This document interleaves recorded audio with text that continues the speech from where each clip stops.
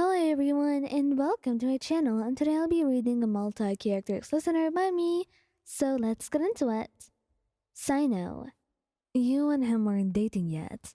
You were best friends, but he still cared about you a great amount, perhaps a little bit more than he should. Maybe he had feelings for you, just maybe, and you didn't have to know that, because he felt like he was not in the right to actually do that. So, he would keep it to himself, right? Wrong. Absolutely not. Especially not when you reach for him in the middle of the street, telling him to pretend to be your boyfriend, as this creep starts to flirt with you. Cyno could have hit him. Cyno could have made him disappear. He could have done a ton of things. But he's not sure why his first instinct is to cup your face in his hands and kiss you. He's staring back at you in shock after, in shock at what you did. But he doesn't expect you to blush and to lean up, asking for one more kiss. Yeah, and that's how you started dating in the first place. Kind of funny, right? At least Mr. Stalker had a use for himself that day. Child. Child was really protective over you, and a show-off too.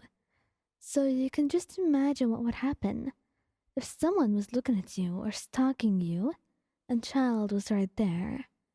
There are a million of ways to deal with this, and Child could certainly just send him to jail, or the dungeon, or just kind of get rid of him right then and there.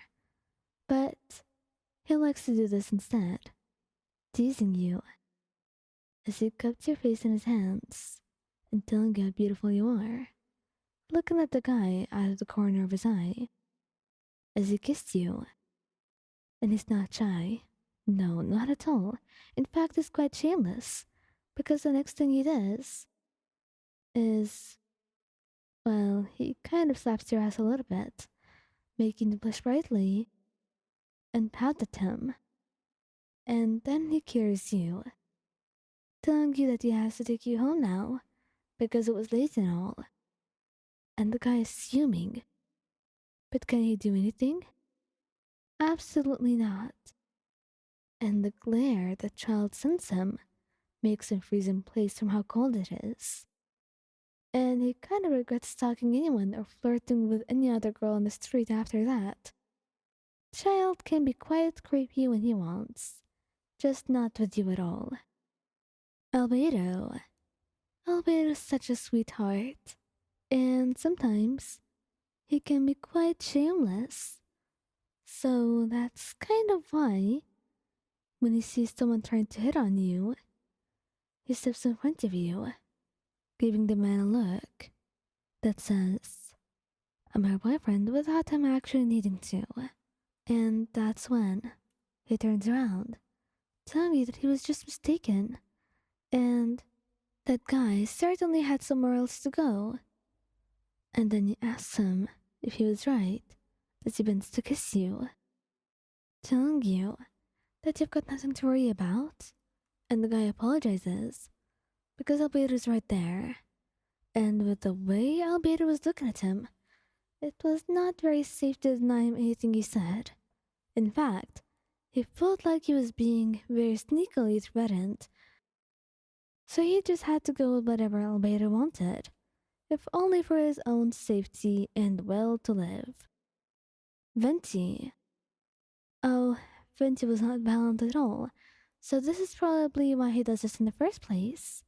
He's trying to deter them in a safe way, both for you, him, and the universe, because Venti does not like getting mad at anyone. You've never seen him get mad before, and that alone is kind of scary because you wonder what it will take for him to go mad, and what he'll do in such circumstances. You bet no one would want to see it, not even you, even though you know you're absolutely safe from Venti's wrath, because you would have to do a ton of stuff to get there. Regardless, when he sees that guy trying to flirt with you and catcalling you on the street, he just laughs. Yeah, he's like that. He's very carefree and he does not let things get to him and kisses you on the cheek, telling him that you already had a boyfriend and you are already getting all the attention you needed. He didn't need anyone else, and especially not some rando. And that's how the two of you walk away with someone running after you. Yeah, Venti's not really that fit to fight without using Zarkan powers, and he does not want to end up destroying someone, so that's why he leaves. Scaramouche. Scaramouche really just tends to be intimidating most of the time, but sometimes he just wants to get on other people's nerves, to show them what he has and what they can't have at all, no matter how far they reach and how hard they try. Maybe it comes from a psychological perspective, like how he didn't have anything at all and felt abandoned and all, and now that he has something he clings to it and wants to show it off to everyone. Yeah, maybe because he knows loneliness and being abandoned and helpless is the worst feeling in the world. Oh god, he's miserable. Anyways, we don't talk about that.